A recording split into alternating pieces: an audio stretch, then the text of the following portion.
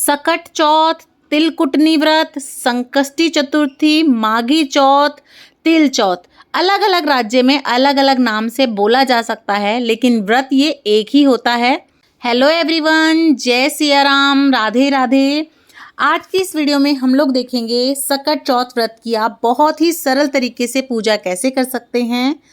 जिस तरह से करवा चौथ का व्रत पति के लिए होता है, उसी तरह से सकट चौथ का व्रत बच्चों के लिए होता है।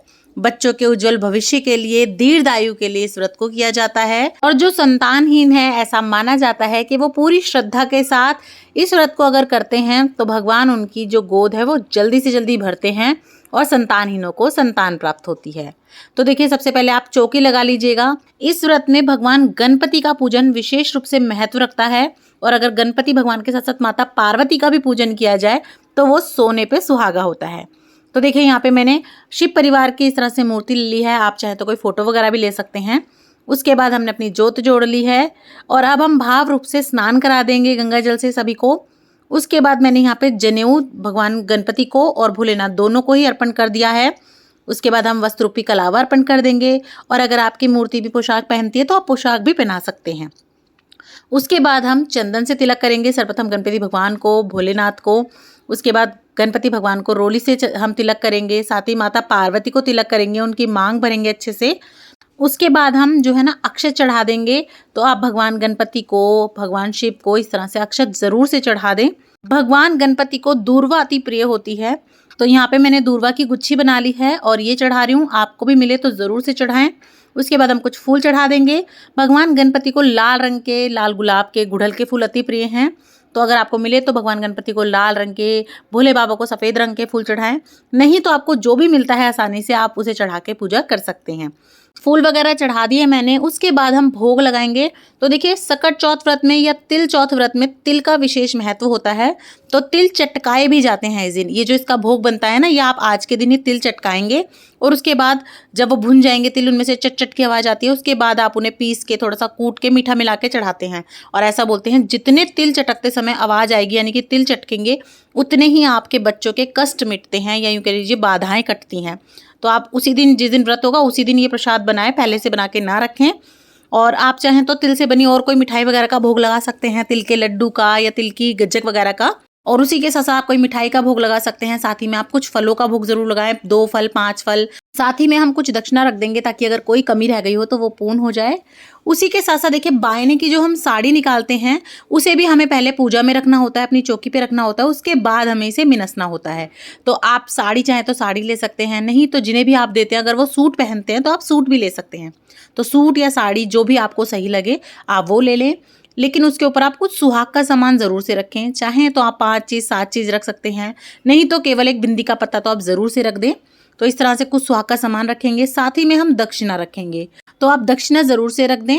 और जब हम मिनसेंगे तो इसी के ऊपर हम थोड़ा सा जल वार देंगे, और ये साड़ी हमारी बायने की साड़ी होती है। उसके बाद देखिए, यहीं पे बैठकर हमें कथा सुननी होती है, और आज की जो कथा है वो तिल लेकर ही हाथ में सुनी जाती है। तो 1 लोटा जल ले लेंगे हम। और आप इस बात का ध्यान रखिएगा, जो कथा सुनने के लिए हमें तिल चाहिए वो हमारे भुने हुए नहीं होने चाहिए, वो कच्चे ही होने चाहिए। तो देखिए, सबसे पहले हम अपने लोटे पे इस तरह से कलावा बांध लेंगे। अगर आपका पहले से बंधा हुआ है तो आप रहने दीजिएगा, और अगर बहुत पुराना है तो फिर उसे हटा के आप नया ही बांध दीजिएगा। उसके बाद आप अपने तिलक कर लीजिएगा लोटे पे, स्वास्तिक मान सकते हैं, इस तरह से टिक्की लगा सकते हैं। और अब हम अपनी आज की सकट चौथ की कथा सुनेंगे। सबसे पहले आप थोड़े से तिल अपने लोटे में डाल दीजिएगा, थोड़े से भगवान के आगे अर्पण कर दीजिएगा, और अपने हाथ में आप सीधे हाथ में तिल ले लीजिएगा। और तिल आप इतने लीजिएगा कि आप कुछ तिल से तो अभी अर्घ दे देंगे सुबह सूर्य भगवान को कथा सुनने के बाद, और थोड़े से तिल आपको अपने बचाने हैं शाम को चंद्रमा को अर्घ देने के लिए। तो आप अपने सीधे हाथ में तिल ले लीजिएगा, फूल ले लीजिएगा। उसके बाद हम यहीं पर बैठकर अपनी कथा कहेंगे। कथा का वीडियो आपको चैनल पे मिल जाएगा, उसे भी देखिएगा। अगर मैं इसी में कथा कहूँगी तो वीडियो बहुत लंबा हो जाएगा, इसीलिए उसका मैंने सेपरेट वीडियो कर दिया है। लिंक आपको डिस्क्रिप्शन बॉक्स में मिल जाएगा। और भी सकट चौथ से रिलेटेड सभी वीडियोस चैनल पे आ चुकी हैं, आप उन्हें भी ज़रूर देखिएगा। सकट चौथ का वायना कैसे निकालते हैं, चंद्रमा को अर्घ देते समय क्या बोलना है, सूर्य को अर्घ देते समय क्या बोलना है, और इसका उद्यापन कैसे होता है, संपूर्ण वीडियो आ चुकी हैं, उन्हें भी ज़रूर देखिएगा। और कथा सुनने के बाद देखिए इस तरह से अपने पल्ले में आप या तो तिल बांध लीजिएगा या फिर आप चाहें तो साइड में किसी बर्तन में कटोरी में भी रख सकते हैं। और इनसे हम रात को चंद्रमा को अर्घ देंगे जब हम चंद्रमा का पूजन करेंगे। और चंद्रमा का पूजन करने के बाद ही, चंद्रमा के दर्शन करने के बाद ही आज का व्रत खोला जाता है। धूप दीप दिखा के आप प्रेम पूर्वक भगवान गणपति की आरती कर लें। इस तरह से भगवान गौरी शंकर की आरती कर सकते हैं आप। इस तरह से हम आरती कर लेंगे। उसके बाद हम क्षमा याचना कर लेंगे कि अगर कोई भी भूल चूक हुई हो हमसे तो हमें माफ़ कर देना, सद्बुद्धि देना और हमारे बच्चों की जो है दीर्घ आयु करना, उज्जवल भविष्य करना। तो इस तरह से हाथ जोड़ के हम क्षमा याचना कर लेंगे पूजा में रही हुई किसी भी कमी या त्रुटि के लिए। उसके बाद देखिए ये जो हमने तिलकुट का प्रसाद रखा था इसको भी आपको थोड़ा सा रखना है। साथ ही में आपने जो भी खाने में बनाया हो, मिठाई वगैरह या भोजन वगैरह, वो सारी चीज़ें लेके आपको थाली निकाल के और इन सबको सामान को रख के मिनसना है। और ये मिनसी हुई साड़ी आपको सासू जी को देनी है। और अगर सास नहीं है तो नंद को दे सकते हैं, किसी बड़े रिश्ते को दे सकते हैं। और ये जो 1 लोटा जल है ये आपको सूर्य भगवान को अर्पण करना है। कि जल तो आप दिन में जब कथा सुनेंगे तभी अर्पण करेंगे। बायना जो होता है साड़ी का ये आप तुरंत भी दे सकते हैं, नहीं तो शाम को जब आप खाना वगैरह बना लेंगे, चंद्रमा का पूजन कर लेंगे, उसके बाद भी दे सकते हैं। तो देखिए इस तरह से आप बायना निकाल सकते हैं। और जैसे कि मैंने बताया अगर सासू जी नहीं है तो आप नंद को या किसी बड़े रिश्ते को या मंदिर में जाके पंडितानी को भी दे के आ सकते हैं। तो देखिए इस तरह से बहुत ही सरल तरीके से आप सकट चौथ या तिलकुट चौथ व्रत की पूजा कर सकते हैं। वीडियो आपको कैसी लगी कमेंट में ज़रूर बताइएगा। और अगर आपको वीडियो पसंद आई हो तो ज़्यादा से ज़्यादा शेयर कीजिएगा अपने फ्रेंड्स एंड फैमिली के साथ।